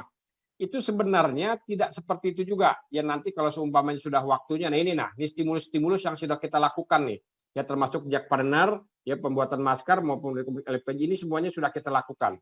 Nah, ini semua ya kita kepengen ya semuanya itu daya beli masyarakatnya itu duitnya dari kita dan belinya juga dari orang-orang kita, dari itu pelaku usaha yang masuk dalam program e-order. Nah, yang kedua, itu penyelamatan dan penguatan UMKM. Yang ketiga, percepatan pembangunan perkotaan yang berdampak besar terhadap perekonomian. Yang keempat, percepatan proyek infrastruktur dasar dan program perkotaan, pinjaman PEN daerah. Dan yang kelima, pengembangan ekonomi inovatif perkotaan pasca COVID-19. Itu sudah Pak, sudah diuraikan Pak. Ya termasuk saya, ya salah satu ya ketua bidang ya pemulihan ekonomi kerakyatan. Nah ini juga bagian untuk merangsang supaya daya beli masyarakatnya itu meningkat. Ya jadi uangnya dikasih, ya tetapi apalagi sekarang kan ya mohon maaf ya, yang sekarang sedang dicanangkan oleh Kementerian Koperasi. Sebenarnya kita sudah mulai itu dengan program e-order itu yang sekarang dicanangkan oleh Kementerian Koperasi kalau tidak salah beli barang tetangga, produk tetangga kan seperti itu kan. Nah, yang sekarang dicanangkan oleh Koperasi. Kalau kita sudah jauh-jauh hari Pak, ya sudah jauh-jauh hari ya kita lakukan pelatihan, kita lakukan perizinan, kita lakukan pendampingan, ya termasuk dia sudah harus produk-produknya masuk e-order. Jadi kita nanti kalau seumpamanya kita mau beli ya snack, mau beli aqua, mau beli segala macam, itu tidak boleh beli dari yang lain-lain. Ya termasuk kita membeli misalnya pertamanan, ya membeli bahan-bahan pupuk segala macam itu tidak boleh. Tetapi hasil binaan yang namanya Jackpreneur yang ada di kita tuh, kita sudah ada di 5 wilayah Jackpreneur yang ada di kita. Ya memang ini mau tidak mau perlu kerja keras dari kita semua karena kita nggak mungkin kita sudah latih dia, kita sudah kasih izin dia dan dia sudah bisa melakukan membuat suatu produk tetapi produknya tidak ada yang beli. Nah, kita yang beli untuk pertama kali gitu. Jadi itu saja mungkin yang perlu saya sampaikan. Terima kasih. Ada lagi? Ya, Pak Andri. Ya, monggo. Saya Hendro, Pak. Siap, Pak. Ya, saya Hendro dari Apindo, Pak. Siap. Nah, ini ada beberapa hal yang mau saya tanyakan ini, Pak.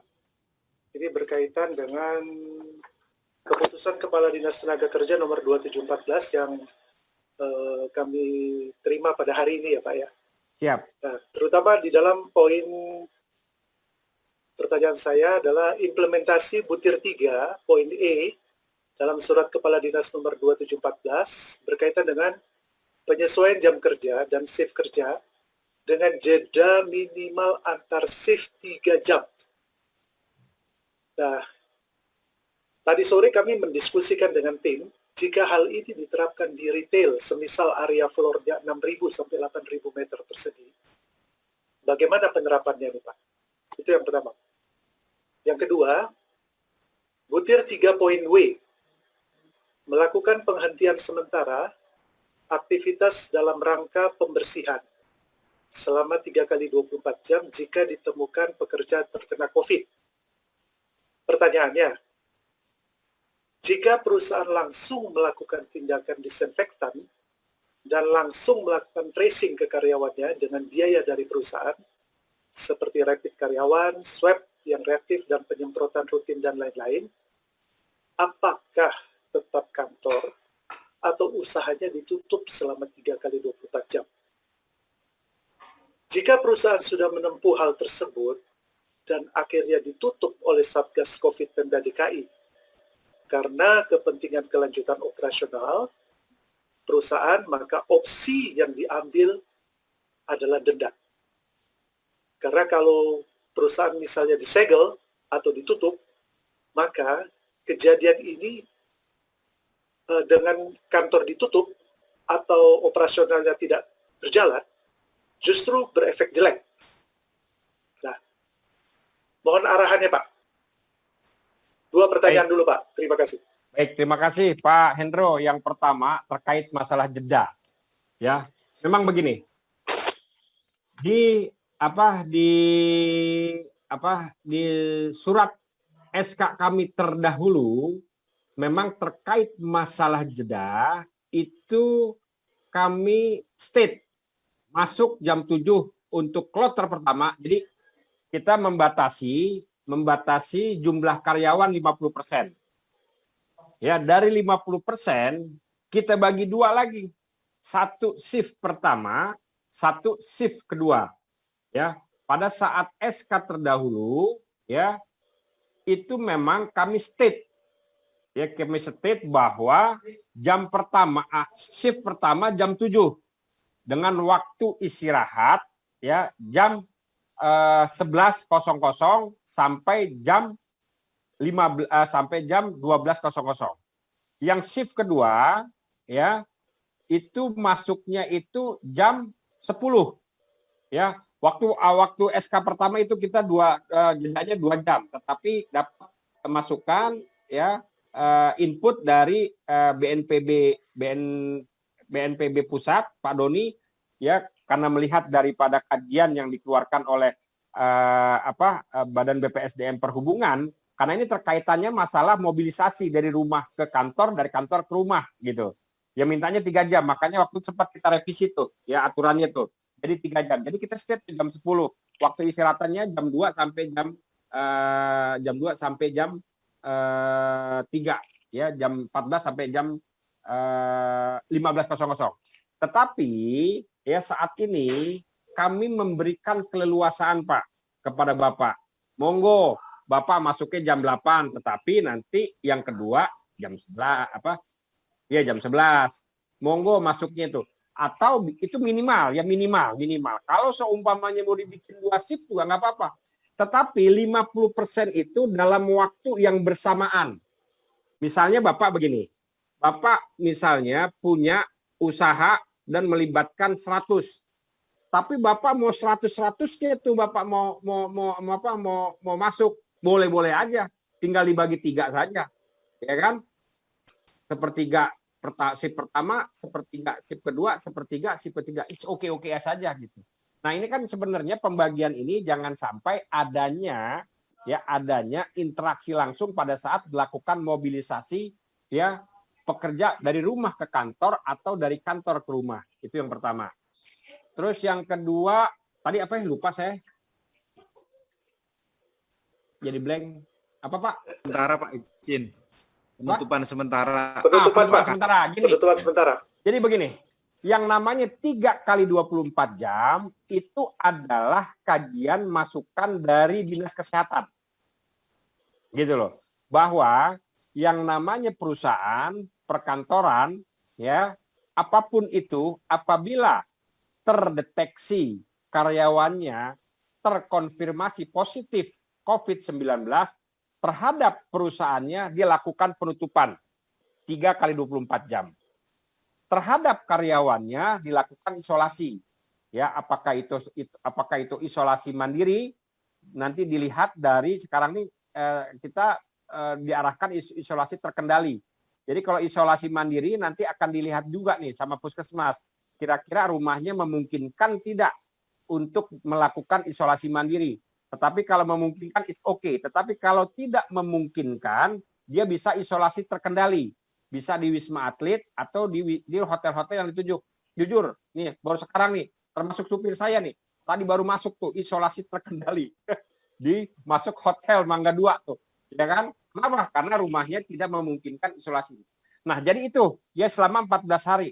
Nah, terkait masalah denda, Bapak, jadi gini, denda Pak Gubernur itu ya sekali lagi konsen terhadap masalah antisipasi dan pengendalian penyebaran COVID. Karena COVID-19 ini bukan hanya virusnya, yang lebih bahaya adalah penyebarannya. Oleh karenanya dibutuhkan kerjasama ya antara kita nih semua nih, ya saya, ya pekerja dan pelaku usaha. Nah, terkait masalah denda, apabila ya perusahaan tersebut melaporkan, kita hanya mengecek saja. Oh iya benar sudah tutup 3 hari. Oh sudah melakukan disinfektan. Oh ya, oh sudah melakukan penyemprotan. Dan dia tidak kena denda, Pak. Yang kena denda itu yang ngumpetin, dan akhirnya kita tahu dari sistem Jaki. Biasanya karyawanlah yang mengadukan, itu yang harus didenda kata Pak Gubernur. Kenapa? Dia tidak kooperatif. Jadi walaupun Bapak 2 kali, 3 kali tutup, terus terang saja Pak, kantor saya sudah 3 kali Pak tutup Pak, isolasi Pak. Ya, kemarin pas pada saat kantor klaster itu kita tes semua, rapid ada 2 orang kita tutup, lockdown. Ya, kedua juga demikian. Kemarin di swab ya ada beberapa kena lagi. Ya itu tetap kalau dia lapor Pak, dia tidak kena Pak. Tetapi 3 kali 24 jam itu adalah SOP ya, SOP dari pengendalian penyebaran COVID. Tetapi dia tidak kena denda Pak. Ya, tetapi yang kita kenain denda kalau dia tidak kooperatif. Jadi ya dia menyembunyikan ada karyawannya. Nah, biasanya karyawannya itu, tetapi karyawannya jangan di PHK. Nih sekarang saya banyak sekali nih. Mohon maaf nih, Bu Diana sama Pak Apindo. Saya sudah banyak sekali ya karyawan-karyawan yang perusahaan-perusahaan yang sudah melakukan pemutusan hubungan kerja. Begitu karyawannya melaporkan bahwa kondisi perusahaannya itu tidak melakukan protokol atau dia tidak menutup padahal karyawan itu terkonfirmasi positif. Ada nih. Ya makanya saya Pak Gubernur sangat marah sekali. Ya, harusnya karyawan yang melaporkan itu diberikan apresiasi. Berarti dia mempunyai kepedulian ya terhadap pencegahan. Ketimbang nantinya akhirnya ya semuanya jadi terpapar, kan lebih baik dari jauh-jauh hari sudah kita kendalikan. Dalam jauh-jauh hari sudah kita laporkan. Jadi begitu Pak Hendro. Jadi nggak usah takut. Ya, nggak usah takut, nggak bakal didenda. Makanya kan saya tarik hasil laporan saya kan Bapak bisa lihat kan. Ya alhamdulillah, saya terima kasih nih sama teman-teman semua. Tidak ada satupun ya perusahaan yang saya denda. Kenapa? Begitu saya kasih waktu, saya kasih tutup, insya Allah dia besok memperbaiki. Ya syukur-syukur ya juga tidak ada yang ditutup karena semuanya sudah melakukan protokol dengan baik. Ya kalaupun ditutup hanya karena karyawannya terkonfirmasi COVID positif, dan itu pun hasil laporan Satgas yang saya sebutkan tadi. Seperti itu Pak. Ya demikian. Oke, Pak Andri, saya hanya memastikan konfirmasi saja Pak. Yang pertama, kalau seandainya tadi Bapak sampaikan saya punya karyawan 100 orang, untuk pengaturannya ini adalah shift 1, misalnya jam 7 sampai jam 4 misalnya. Kemudian jedanya 3 jam, berarti jam 10. Jadi 50 orang itu tetap bisa saya pekerjakan dalam satu hari itu ya Pak ya? Seperti itu? Ya bisa Pak. Bisa ya? Ya. Jadi bisa ya Pak, jadi 50% itu tidak waktu bersamaan. Tidak waktu yang bersamaan ya Pak. Dari 100 saya pecah shift 1 jam 7 sampai jam 4, ya jam 3, kemudian shift 2 jam 10 sampai dengan jam 6. Seperti itu Pak ya. Kemudian yang kedua, perlu konfirmasi lagi, memastikan saja.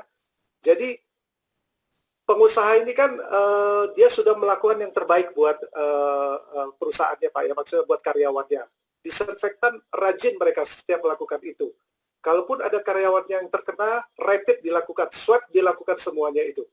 Nah, yang jadi masalah ini Pak Andri, pada saat ada laporan, misalnya ada laporan CRM, dilaporkan ke gubernur, dianggap misalnya si perusahaan itu tidak melakukan isolasi 3x24 jam dan sebagainya, menutup.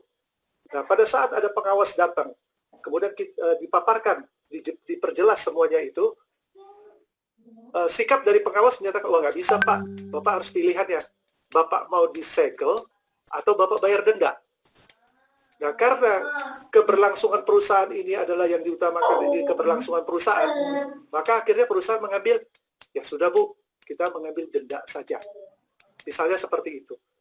Apakah setiap temuan dari CRM ini berimpact kepada sanksi? Seperti itu Pak. Ini Pak, dari awal saya sudah bilang, ya tidak mungkin ya karyawan itu mengadukan permasalahannya terkait masalah kondisi perusahaannya kalau perusahaannya itu sudah melakukan sesuai dengan ketentuan. Memang betul, ya, memang betul si perusahaan tersebut sudah, ya saya pernah mencegel satu perusahaan, bahkan Pak dia secara rutin melakukan swab.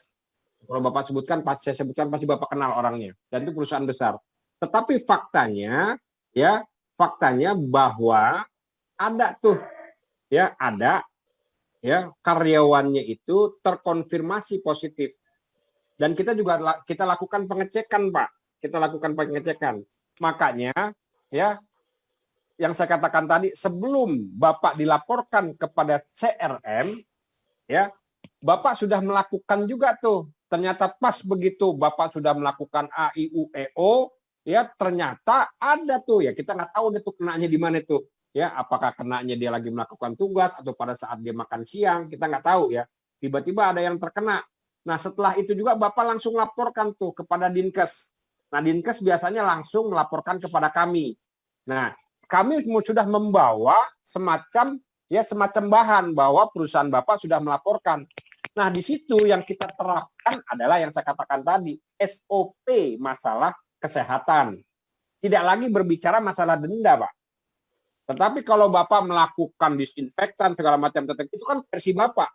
Tetapi Bapak tidak melaporkan. Tiba-tiba ada karyawan Bapak yang melaporkan pada saat melakukan penyadakan, ya, ya terkenalah bahwa betul ya di situ ada yang terkonfirmasi. Nah mau tidak mau kita menerapkannya dua Pak. Satu SOP, yang kedua denda. Gitu. Makanya saya katakan tadi, ya sebenarnya saya juga tidak mau melakukan denda gitu. Yang paling penting makanya saya katakan di awal, ya makanya setiap kali saya melakukan suatu atau mengeluarkan surat keputusan itu yang paling penting adalah ya Satgas COVID internal perusahaan. Dia harus berperan. Ya, tidak hanya dia melakukan atau mengingatkan karyawan-karyawan yang lain, tetapi juga dia segera melaporkan apabila terjadi sesuatu dalam perusahaan tersebut. Ya memang mohon maaf semaaf-maafnya nih Pak ya. Apabila Bapak sudah melakukan yang sudah, wah pokoknya protokol sudah oke banget dah. Tapi faktanya ternyata ada yang terkonfirmasi dan orang tersebut pernah melakukan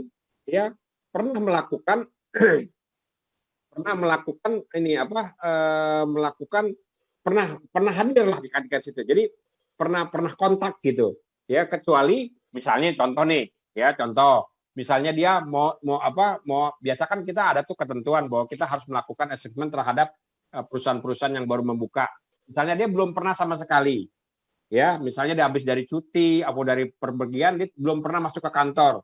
Tiba-tiba dia sebelum masuk ke kantor, ya, dia terkonfirmasi COVID, ya, tetapi dia belum pernah masuk ke kantor sama sekali. Nah, itu tidak kena, Pak. Kenapa? Karena kan perusahaan Bapak, kantor Bapak belum terjamah tuh oleh orang yang terkonfirmasi. Nah, yang jadi masalah apabila yang terkonfirmasi seperti itu, Pak. Memang Kalau- sebenarnya Kalau terkonfirmasi itu Pak, itu pasti pada saat pelaporan, itu pasti berkonsekuensi dengan kantor ditutup. ya, Pasti itu Pak, iya, kan saya katakan tadi ini berbicara masalah SOP kesehatan. SOP kesehatan. Ya, Walaupun kan perusahaan itu sudah melakukan disinfektan yang boleh dikatakan rutin dan sebagainya, Iya, itu iya. pasti. iya, iya. Jadi artinya dengan bagi perusahaan-perusahaan tertentu, ini misal nih Pak ya, ada perusahaan-perusahaan tertentu, dia melihat seperti itu, dia akan hitung-hitung Pak, daripada perusahaan saya ditutup, saya sudah melakukan seperti ini, yang mendingan saya mengambil denda. Jadinya begitu Pak. Bisa seperti itu loh Pak. Iya kejadiannya. memang. Jadi kalau bicara masalah kemungkinan-kemungkinan itu pasti aja, itu pasti ada. Nah makanya dari awal saya katakan bahwa ya apa ya, Pak Gubernur selalu ya mengamanatkan kepada kami untuk memberikan pemahaman kepada ya objek-objek yang menjadi pemeriksaan kita atau pengawasan, yaitu bagaimana kita ya melakukan ya pemutusan mata rantai COVID ini secara bersama-sama. Jadi tidak ada akal-akalan di situ gitu loh. Jadi kalau seumpamanya Bapak sudah melakukan disinfektan segala macam ya tetapi faktanya ada yang terkonfirmasi, ya istilah kata ya karena memang SOP kesehatan yang mengatakan demikian, ya Bapak harus laporkan dan lakukan penutupan. Itu. Dan itu kita tidak lakukan apa-apa. Yaitu hanya sebagai SOP kesehatan yang harus dilaksanakan ya oleh pihak perusahaan. Demikian. Satu lagi Pak, saya bilang, Boleh. kasihan loh Pak pengusaha seperti itu. Contohlah kalau misalnya dia punya usaha seperti apa gitu loh Pak ya. Misalnya dia retail ataupun apalah misalnya. Karena COVID ini kan berimpact kan bukan saja terjadi oleh masalah di karyawannya, apalagi bisa saja customer yang berakibat penyebaran terhadap karyawan yang ada di situ. Oke, mereka sudah melakukan proses seperti yang Pak Adri sampaikan seperti itu, kita melaporkan, otomatis dengan melaporkan kita ini, konsekuensi perusahaan ditutup 3 kali 24 jam, walaupun protokoler COVID sudah kita lakukan. Nah, kalau seperti ini Pak, kondisinya, mendingan perusahaan nggak usah lapor. Jadinya begitu Pak, kita jalankan aja sesuai aturan, misalnya karyawan yang terkena kita rapid, kita swab, dan sebagainya, isolasi mandiri, dan sebagainya. Daripada kita melapor, tetap aja ditutup. Sehingga bagi perusahaan-perusahaan yang mungkin dia melihat bahwa kondisi yang di lapangan adalah lebih bagus, mendingan saya didenda deh, daripada saya ditutup 3 kali 24 jam. Pilihannya jadi seperti itu, Pak Adri. Demikian, Pak, pendapat saya. Ya makanya gini Pak, kita ini semuanya dalam situasi yang tidak normal. Kalau berbicara masalah kasihan, ya kasihan semua Pak. Kita juga sebenarnya tidak mau melakukan penutupan. Siapa sih yang melakukan penutupan? Kan dari awal saya sudah katakan seperti itu. Tetapi kondisi kita dalam hal ini tidak hanya di Jakarta, Indonesia, bahkan dunia. Sudah 188 sekarang yang tercatat bahwa semua ya kondisinya seperti ini. Ya mau tidak mau kita harus melakukan sesuatu. Jangan sampai kita tidak melakukan sesuatu. Itu. Ya, betul. Ya, betul. Yang namanya perekonomian harus dijaga, tetapi kesehatan juga harus dijaga. Bagaimana kita beriringan? Kita nggak mungkin juga ya kita mengedepankan hanya perekonomian saja, ya mengabaikan kesehatan. Atau kita tidak mungkin juga ya mengabaikan perekonomian saja, ya akhirnya kita tidak kesehatan saja tidak mengabaikan perekonomian. Ingat Pak, kalau berbicara masalah permen kesehatan itu 14 hari Pak, 14 hari. Makanya itu makanya saya katakan 3 kali 24 jam itu juga melalui perdebatan. Ya, kalau seumpamanya kita sudah melakukan sesuatu ya yang memang sudah dijadikan suatu protokol, ya ternyata ada yang terkonfirmasi dan akhirnya konsekuensi harus dia lakukan penutupan, ya mau tidak mau. Nah, tapi kalau Bapak memilih mendingan saya tidak lapor, itu kan pilihan juga.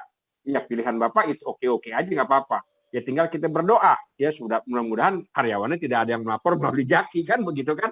Ya kan gitu saja. Jadi semuanya itu ada pilihan Pak. Pilihan A ada konsekuensinya, pilihan B ada konsekuensinya, pilihan C ada konsekuensinya. Memang saat ini kita berada di suatu situasi yang tidak enak. Kita memilih A, B, C. Tetapi kita berusaha memilih yang seminimal mungkin dampaknya. Ya itu. Jadi itu pilihan. Jadi saya juga nggak bisa melarang Bapak untuk tidak. Saya hanya mengimbau. Ayo kita saling jujur. Ayo kita disiplin. Ayo kita taat. Ya kan? Makanya saya dari awal saya katakan tadi, yang apa? Pak Gubernur itu hanya kewenangan nginjak rem. Tapi yang bisa menginjak rem itu atau rem diinjak atau tidak diinjak itu sebenarnya bukan Pak Gubernur. Tetapi kita semua nih. Ya, kalau kita semua taat, disiplin, insya Allah ya peningkatannya tidak terlalu signifikan, insya Allah akan dibuka terus. Kan dari awal saya sudah bilang, PAD kita ya DKI Jakarta itu bersumber terhadap ya sektor perdagangan dan jasa. Kita sedikit sekali Pak mempunyai sumber daya alam, sangat sedikit, nggak akan mungkin. Tetapi karena ini kondisinya sudah sedemikian rupa, yang memang bagaimana caranya, kalau istilah kata gas dan remnya harus seimbang, ya tidak mau. Ya mau tidak mau, ya pasal pada saat itu ada mungkin ada yang memang, waduh kasihan sekali Pak, ada yang dikorbankan, ya mungkin pasti ada. Tetapi tidak keseluruhan seperti itu. Jadi gitu Pak, memang konsekuensinya ya seperti itu. Mungkin jawaban saya kurang memuaskan. Baik Pak Andri, Terima kasih Pak. Sama-sama. Terima kasih. Baik Pak, izin Pak Kadis ada satu melalui chat Pak, ini yang terakhir mungkin Pak, karena udah malam juga. Kami bacakan Pak, dari Ibu Christine.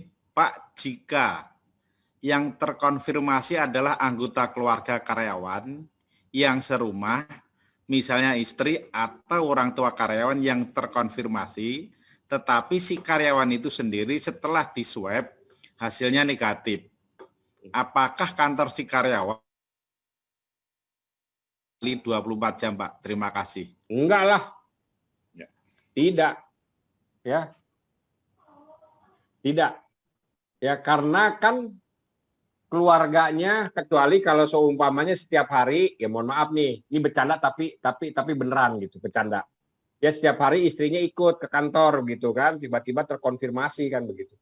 Tidak ada kontak langsung dengan perusahaannya, tidak ada kontak langsung dengan kantornya.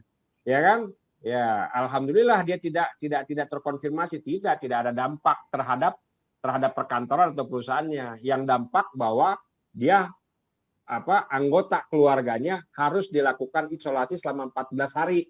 Apakah isolasinya mandiri atau isolasi terkendali, begitu. Baik, Bapak-bapak, ya. Izin Ini, Pak. Pak, izin Pak. Satu lagi boleh ya Pak ya? Boleh. Saya sebenarnya ada pengumuman yang ingin saya sampaikan di terakhir nih. Iya Pak, silakan. Bentar Pak aja Robi. Pak. Iya. Siap. Pak Andri, selamat malam Pak Andri. Salam Ya, kenal Pak. Saya Robi Pak dari Jaya Express Pak. Siap. Ya, Pak Andri, jadi begini Pak. Saya mau tanya mengenai poin 3 huruf N surat edaran Bapak yang Bapak buat nih Pak. Gitu. Di sini mungkin bersinggungan juga dengan tadi diskusi atau argumen yang tadi disampaikan dengan Pak Hendro, itu seru sekali saya melihatnya. Nah, jadi di sini terkait dengan poin 3 huruf N itu adalah melakukan pemeriksaan kesehatan secara berkala bagi seluruh pekerja untuk memastikan pekerja dalam kondisi tidak terjangkit COVID-19 serta mewajibkan tamu pengunjung untuk mengisi form self-assessment. Nah, di sini yang saya soroti adalah melakukan pemeriksaan kesehatan secara berkala bagi seluruh pekerja, Pak. Nah, dalam hal ini, kalau perusahaan menerapkan pemeriksaan kesehatan secara berkala, dalam hal ini misalkan rapid test, sudah dilakukan, kemudian perusahaan pun juga sudah menerapkan protokol kesehatan juga sudah sangat ketat juga, sudah mewajibkan pakai masker, sudah mewajibkan cuci tangan, dicek suhu tubuhnya pada saat masuk gitu. Jadi sebetulnya dari sisi perusahaan sendiri sudah menerapkan secara ketat. Nah, namun pada saat ternyata di rapid, ternyata ada yang reaktif di situ. Nah, kemudian kan timbul yang namanya ada pemeriksaan lanjutan, ada swab test segala macam. Nah, jadi yang jadi pertanyaan di sini sebetulnya sejauh mana perusahaan ini bertanggung jawab untuk melakukan pemeriksaan kesehatan secara berkala bagi karyawannya gitu. Karena kalau misalkan sampai dengan swab test padahal ternyata perusahaan sudah betul-betul menerapkan protokol kesehatannya dengan baik, namun ternyata mungkin karyawan terdampak dari luar terkena COVID-nya, nah itu kan yang jadi repot perusahaannya juga Pak, seperti itu Pak. Gitu. Mohon pencerahannya Pak Andri, terima kasih Pak. Jadi gini, ya, saya jawabnya dari mana nih? Silakan Pak. Kalau kita berbicara masalah tanggung jawab pemerintah terhadap kesehatan keselamatan warganya, ya, terkait masalah wabah, kalau bicara masalah ketentuan itu adalah tanggung jawab pemerintah, jujur saja. Ya, mau rapid kek, mau swab kek, gitu loh. Ya, itu tanggung jawab pemerintah. Ya. Tetapi memang faktanya ya kondisi keuangan kita tidak bisa sampai menjangkau di sana. Oleh karenanya butuh yang namanya kolaborasi antara pemerintah dan pengusaha. Ya itu. Makanya di sini kita sebenarnya DKI ini berbicara masalah yang tadi saya cakupan terkait masalah pengetesan itu sangat tinggi sekali, bahkan sangat tinggi. Sudah 3 kali lipat dari yang ditentukan oleh WHO. Tapi untuk menjangkau seluruhnya itu memang belum bisa. Makanya kami di sini ya melakukan ketentuan untuk perusahaan-perusahaan melakukan pengecekan, pengetesan secara mandiri. Dalam arti kata melakukan pengecekan, pengetesan ya secara periodik gitu loh, periodik ya, secara periodik. Yaitu memang terus terang saja idealnya itu seperti itu. Karena faktanya juga banyak kok perusahaan yang tidak melakukan itu dan kami juga tidak serta-merta melakukan penutupan atau seperti apa. Karena kondisinya juga perusahaan tersebut tidak mampu gitu. Nah, hal-hal seperti inilah makanya yang kita selalu sampaikan kepada ya semua masyarakat mau tidak mau ya yaitu dia disiplin terhadap ya protokol kesehatan. Memang saya banyak sekali tuh ya banyak sekali kalau kita lihat ya di WA grup itu pada saat kita melakukan bicara masalah disiplin ya protokol kesehatan ya di perusahaan atau di perkantoran pasti ada juga yang Pak bagaimana Pak situasi yang di lingkungan seperti kita, dia langsung dikasih gambar tuh, dikasih video. Ya emang itu seperti gitulah. Tapi kalau seumpamanya kita tidak melakukan ketentuan-ketentuan atau aturan-aturan kan salah juga Pak Robi. Jadi gitu.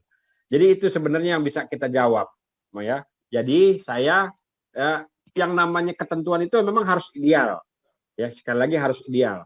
Tapi fakta di lapangan juga kami juga tidak tidak melakukan pengecekan secara detail lah. Apalagi yang saya katakan tadi, jangankan berbicara masalah pengecekan, saya ngomong apa adanya aja nih. Jangankan kita berbicara masalah pengecekan yang tes rutin.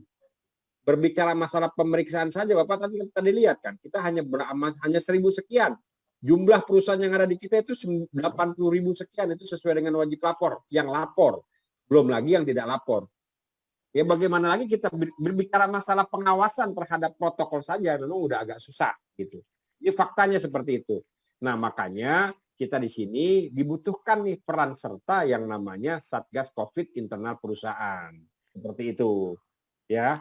Ya, baik Pak Andri, terima kasih. Jadi Baik. sejauh ini sih saya memahaminya itu mengenai pemeriksaan secara berkala itu sebetulnya disesuaikan dengan kemampuan dari perusahaan ya Pak ya. Siap. Seperti Betul. itu. Baik, terima kasih Ya, Pak Andri pencerahannya. Selamat malam. Baik, Bapak-bapak, Ibu-ibu, ya sebelum saya akhiri, ini ada ya semacam pengumuman atau pemberitahuan. Ya pemberitahuannya ini enak nggak enak, tapi harus saya sampaikan. Ya, karena ini pasti berdampak kepada dunia usaha, gitu loh. Jadi Bapak Ibu, kemarin saya ya malam-malam ya jam 8 sampai jam 11 malam ya bukan Vikon, malah justru rapat langsung di Mapolda Metro Jaya terkait masalah adanya unjuk rasa ya yang akan dilakukan terkait masalah penolakan ya Undang-Undang Cipta Kerja Omnibus Law. Gitu. Oleh karenanya pada kesempatan ini kami hanya mengingatkan Bapak-bapak, Ibu-ibu untuk senantiasa menjaga keamanan ya dan keselamatan para karyawannya. Menjaga keamanan, keselamatan tempat usahanya. Ya, kalau saya lihat dari paparan dari Polda Metro Jaya, memang kalau minta izinnya itu 2 minggu. 2 minggu tuh selalu demo terus, gitu kan? Selalu demo terus. Ya. Tetapi ya saya melihat ada tanggal-tanggal yang memang agak sedikit ya lumayan risiko lah gitu. Yang pertama besok tanggal 13 Pak. Ya, yang kedua tanggal 20. Yang ketiga tanggal 23 dan yang keempat tanggal 28. Saya tidak masuk dalam materi Undang-Undang Cipta Kerjanya. Saya tidak masuk dalam materi Omnibus Law-nya, saya hanya masuk ya kepada mari sama-sama kita menjaga keselamatan dan keamanan pertama diri kita, yang kedua pekerja kita, dan yang ketiga lingkungan kerja kita. Jangankan bapak-bapak, ibu-ibu, tadi saja sudah saya tutupin tuh semua yang namanya bau-bau namanya disnaker, karena kebetulan kantor kami itu berada di depan. Kita tutup semua, pakai slogan-slogan COVID aja deh, 3M segala macam kita tutup, seperti itu. Jadi itu saja Pak yang perlu saya sampaikan. Dan sekali lagi saya terima kasih kepada Pak Solihin, ya kepada Bu Diana, ya yang sudah ya mengarahkan anggotanya. Sekali lagi saya betul-betul surprise ya secara mendadak, tetapi partisipannya itu walaupun sekarang sudah tinggal 84, tetapi awalnya sudah 100 dan sudah banyak, dan ini menunjukkan bahwa ya yang namanya pencegahan penyebaran COVID sudah menjadi konsen kita bersama-sama. Ya kita berdoa ya mudah-mudahan ya wabah ini cepat berlalu ya, baik yang di dunia, di Indonesia maupun di DKI, sehingga kita bisa betul-betul ya kembali lagi dalam posisi atau situasi normal, bekerja seperti biasa, tidak dihantui oleh masalah sakit atau wabah. Ya, yang kedua, oh ya sekali lagi Bu Diana, ya tambah lagi tadi. Jadi gini, saya kebetulan saat ini dengan dinas Parekraf ya sedang menyusun ya aplikasi terkait masalah pendataan secara aplikasi. Ya, pendataan itu nanti soal udah jadi nanti akan saya sampaikan. Jadi itu saja Bapak-bapak, Ibu-ibu, hadirin-hadirat yang berbahagia. Sekali lagi saya terima kasih banget ya sudah sama-sama hadir. Ya, tidak terasa sudah hampir jam 9:30 kita ngobrol-ngobrol, dan mohon maaf apabila ada ucapan, tindakan yang masih kurang berkenan dan jawaban-jawaban saya masih kurang memuaskan. Ya, kita masih membuka ruang untuk saling berdiskusi. Ya, sekali lagi saya sampaikan bahwa apa yang kami lakukan semata-mata untuk kepentingan kita bersama. Sekali lagi, apa yang kita sampaikan adalah untuk kepentingan bersama. Itu saja, lebih kurangnya mohon maaf. Wabillahi taufiq wal hidayah. Wassalamualaikum warahmatullahi wabarakatuh.